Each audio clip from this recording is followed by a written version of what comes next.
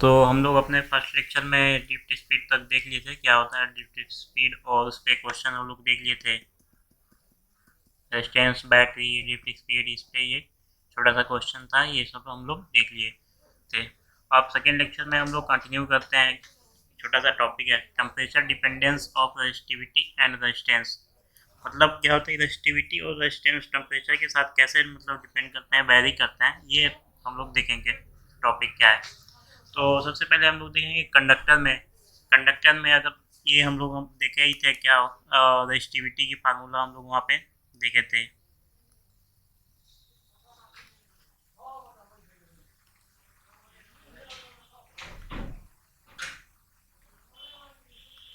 यहाँ पे हम लोग रेजिस्टिविटी की फार्मूला देखे थे, rho equal to 2m/n² tau. तो अगर मान लीजिए कंडक्टर है, कंडक्टर में क्या होता है कि फ्री इलेक्ट्रॉन होते हैं, इसके कंडक्टर के बाउंड्री पे पूरे फ्री इलेक्ट्रॉन होते हैं।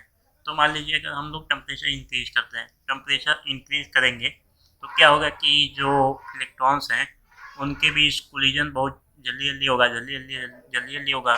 तो क्या होता है, ये रिलैक्सेशन टाइम, जो रिलैक्सेशन टाइम होता है वो ये वो टाइम होता है कि जो दो कोलिजन होते हैं उनके बीच का ये टाइम होता है। फॉर एग्जाम्पल यहाँ पे देख लीजिए पॉजिट्रॉन और यहाँ पे पॉजिट्रॉन, इन दोनों के बीच के कोलिजन में जो टाइम लगता है वो होता है रिलैक्सेशन टाइम। तो फॉर एग्जांपल आप टेम्परेचर बढ़ा रहे हैं, जब टेम्परेचर बढ़ा रहे हैं तो कोलिजन और तेज होगा तो ये रिलैक्सेशन टाइम डिक्रीज होगा। जब रिलैक्सेशन टाइम डिक्रीज होगा, ये टाउ, यहाँ पे देखिए, यहाँ पे आपका रिलैक्सेशन टाइम डिक्रीज हो रहा है, तो क्या होगा कि रेजिस्टिविटी इंक्रीज होगा। यहाँ पे देखिए rho equal to 2m/n² tau से रिलैक्सेशन टाइम डिक्रीज हो रहा है तो रेजिस्टिविटी इंक्रीज होगी। अगर रेजिस्टिविटी इंक्रीज हो रहा है तो रेजिस्टेंस पे क्या इफेक्ट पड़ेगा, r equal to rho L by a. Resistivity अगर इंक्रीज हो रही है तो रेजिस्टेंस भी इंक्रीज होगा। तो ये एक छोटा सा एक टॉपिक होता है, टेम्परेचर के साथ रेजिस्टिविटी और रेजिस्टेंस कैसे डिपेंड करते हैं कंडक्टर में और सेमी कंडक्टर में। तो कंडक्टर में क्या होता है कि टेम्परेचर आपने इंक्रीज किया, टेम्परेचर आप इंक्रीज करेंगे तो जो इलेक्ट्रॉन या पॉजिट्रॉन है उनके बीच कोलिजन साइमल्टेनियसली होते जाएगा, मतलब टाइम बहुत कम लगेगा कोलिजन होने में। तो कोलिजन होने में टाइम कम लगेगा तो रिलैक्सेशन टाइम क्या होगा, डिक्रीज होगा। अगर रिलैक्सेशन टाइम डिक्रीज होता है तो यहाँ पे rho equal to 2m/n² tau से हम लोग देखते हैं। तो अगर रिलैक्सेशन टाइम डिक्रीज होगा तो रेजिस्टिविटी इंक्रीज होगी, और अगर रेजिस्टिविटी इंक्रीज हो रही है तो रेजिस्टेंस भी हमारा इंक्रीज होगा। ऐसे ही होता है सेमी कंडक्टर में, बट सेमी कंडक्टर में थोड़ा डिफरेंट होता है। टेम्परेचर भी इंक्रीज किया, सेमी कंडक्टर में क्या होता है कि फ्री इलेक्ट्रॉन्स होते हैं पर ये कुछ बाउंडेड होते हैं और कुछ फ्री होते हैं, मतलब पूरा फ्री नहीं होते हैं। तो टेम्परेचर इंक्रीज किया तो वही होगा, फिर से रिलैक्सेशन टाइम डिक्रीज होगा, कोलिजन जल्दी जल्दी होगा, तो कोलिजन जल्दी जल्दी होगा तो टाइम जो लगेगा कोलिजन होने में वो डिक्रीज होगा। तो यहाँ पे जो होता है एन डोमिनेटिंग फैक्टर होता है, यहाँ पे एन जो होता है इंक्रीज होता है, ये number of free charge carrier per unit volume जो है ये इंक्रीज होता है। अगर ये इंक्रीज हो रहा है तो रेजिस्टिविटी आपकी डिक्रीज होगी। यहाँ पे एन इंक्रीज हो रहा है तो रेजिस्टिविटी डिक्रीज होगी आपकी। अगर रेजिस्टिविटी डिक्रीज हो रही है तो रेजिस्टेंस पे क्या इफेक्ट पड़ेगा, यहाँ पे देखिए,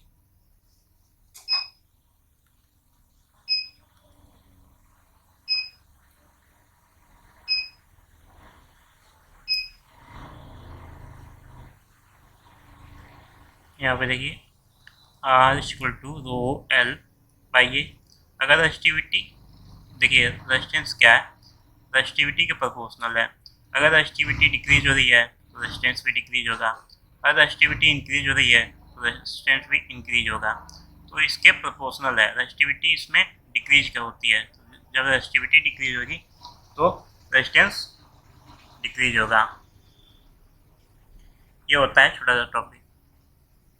तो कैसे रेजिस्टेंस और रेजिस्टिविटी वेरी करता है विद टेम्परेचर, ये हम लोग देख लिए। ये छोटा सा एक टॉपिक आता है कंडक्टर में, ये डेरिवेशन आता है, बट डेरिवेशन यहाँ पे इम्पोर्टेंट नहीं है। यहाँ पे हम लोग फार्मूला देख लेते हैं केवल। यहाँ पे रेजिस्टिविटी क्या हो कितनी है, रेजिस्टिविटी की वैल्यू देती है rho final equal to rho initial e की पावर अल्फा डेल्टा टी। ये ई होता है एक्सपोनेंशियल वाला ई। तो अल्फा जो होता है कोफिशिएंट फॉर थर्मल रेजिस्टेंस होता है ये अल्फा। यहाँ पे जो है एक यहाँ पे ये फार्मूला आता है, बहुत इंपॉर्टेंट होता है, जो कि रेजिस्टेंस टेम्परेचर के साथ वेरी करता है। तो r final equal to r initial 1 plus alpha delta t. ये अल्फा आपका यहाँ पे पता हो गया, अल्फा क्या होता है, कोफिशिएंट ऑफ थर्मल रेजिस्टेंस होता है। अगर देखिए अल्फा टेम्परेचर के साथ वेरी कर रहा है तो कैसे हम लोग रेजिस्टेंस लेते हैं, r final equal to r initial 1 plus alpha अगर टेम्परेचर का फंक्शन है तो अल्फा टी डी टी, और उसका इंटीग्रेशन जहाँ से अल्फा की वैल्यू मतलब जिस टेम्परेचर तक वेरी कर रही होगी तो वहाँ पे उसकी हम लोग लिमिट रख के इंटीग्रेट कर लेते हैं, यहाँ से टी इनिशियल से टी फाइनल तक। तो ये वैल्यू दी जाती है r final equal to r initial 1 plus alpha t d t limit t initial से टी फाइनल। और ये जो अल्फा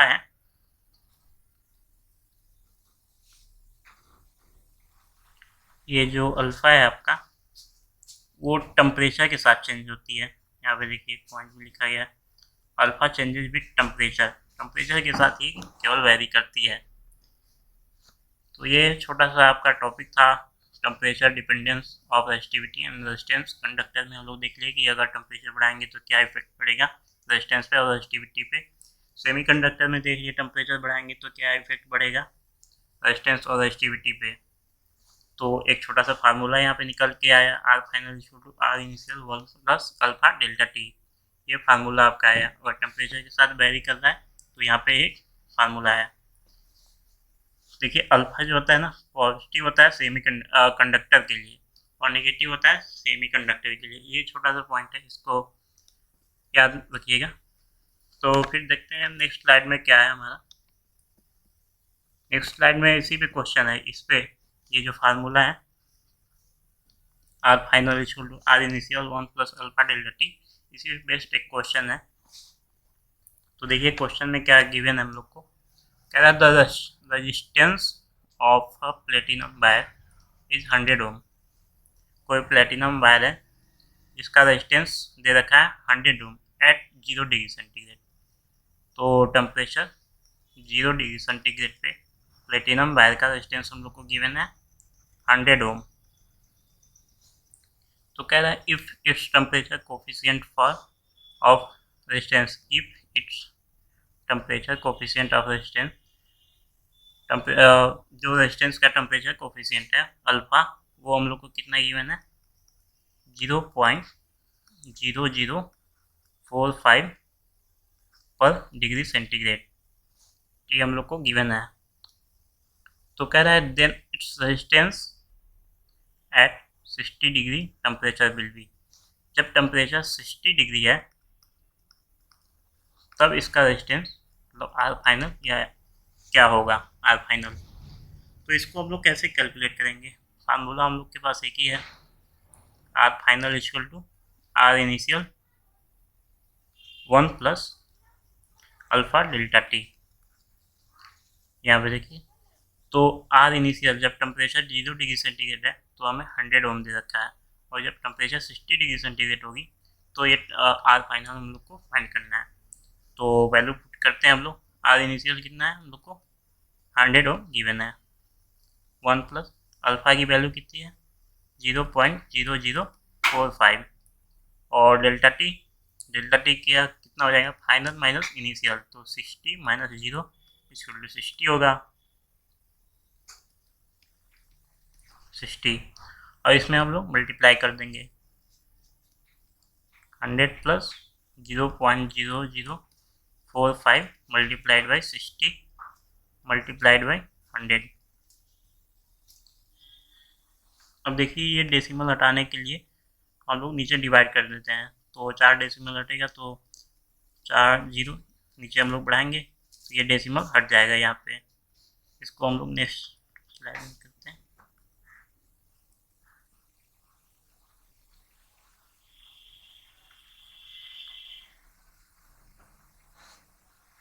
तो नेक्स्ट 100 प्लस इसको हम लोग डेसिमल हटा रहे हैं, तो 45 60 मल्टीप्लाइड बाई 100 डिवाइड बाई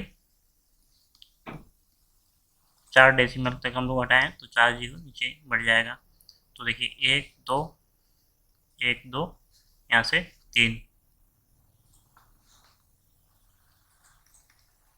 तो आगे क्या बचेगा हम लोग को 100 प्लस 45 मल्टीप्लाइड बाई 60 बाई 10, तो इसका हम लोग मल्टीप्लाई कर देंगे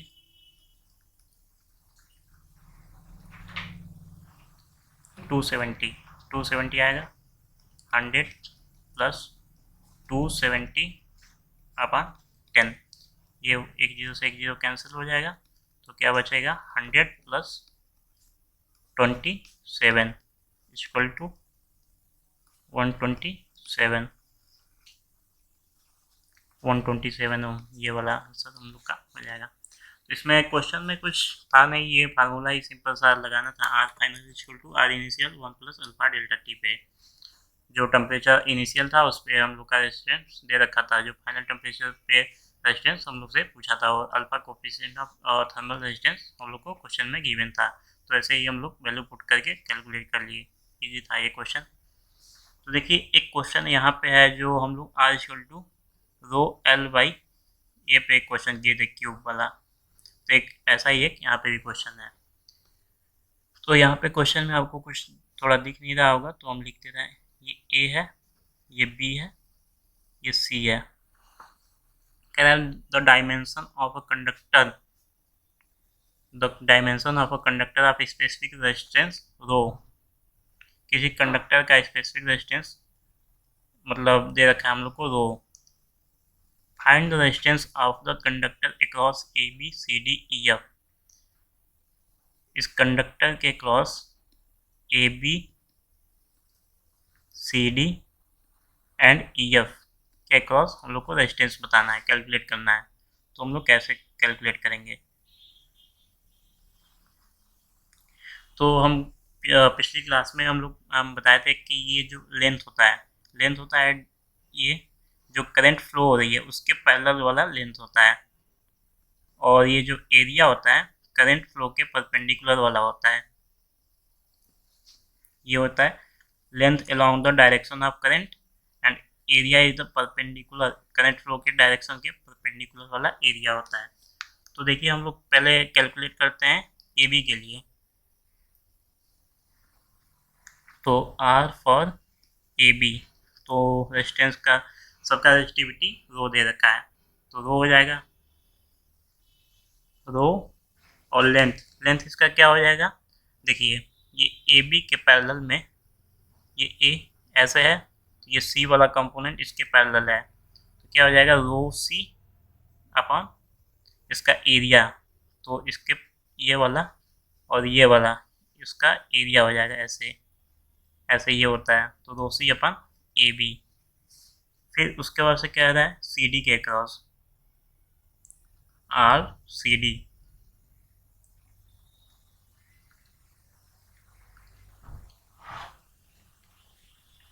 आर सी डी क्या हो जाएगा रो सी और डी। देखते हैं, ये रहा पॉइंट सी, ये रहा आपका पॉइंट सी, और ये रहा आपका पॉइंट डी, तो क्या हो जाएगा रो और इसके पैरेलल वाला इस डायरेक्शन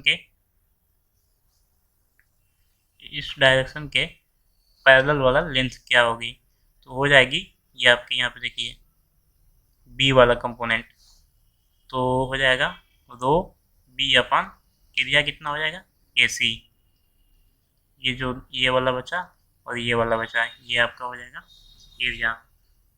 ई एफ का बताते हैं, आर ई एफ के क्रॉस क्या होगा रो और इसका length E F, E F का क्या हो जाएगा देखिए ये यहाँ पे पैरेलल में है, तो इसके पैरेलल कौन सा लेंथ है ए, तो रो ए अपॉन एरिया क्या हो जाएगा बी सी। तो ऐसे क्वेश्चन जो हम लोग पिछली क्लास में कर लिए थे उसी पे ये क्वेश्चन बेस्ड था, सिंपल सा क्वेश्चन है, कोई टफ नहीं था, रेजिस्टेंस कैलकुलेट करना था इस क्वेश्चन में हम लोग को। तो ठीक है, यहाँ पे हम लोग क्वेश्चन देख लिए, रेजिस्टेंस टेम्परेचर के साथ कैसे वेरी करता है, और उस पर टॉपिक देख लिए और क्वेश्चन देख लिए पूरा। और एक और क्वेश्चन देख लिए जो हम प्रीवियस लेक्चर में डिस्कस किए थे, उस पर एक बेस्ट क्वेश्चन। तो ठीक है, फिर आगे बढ़ते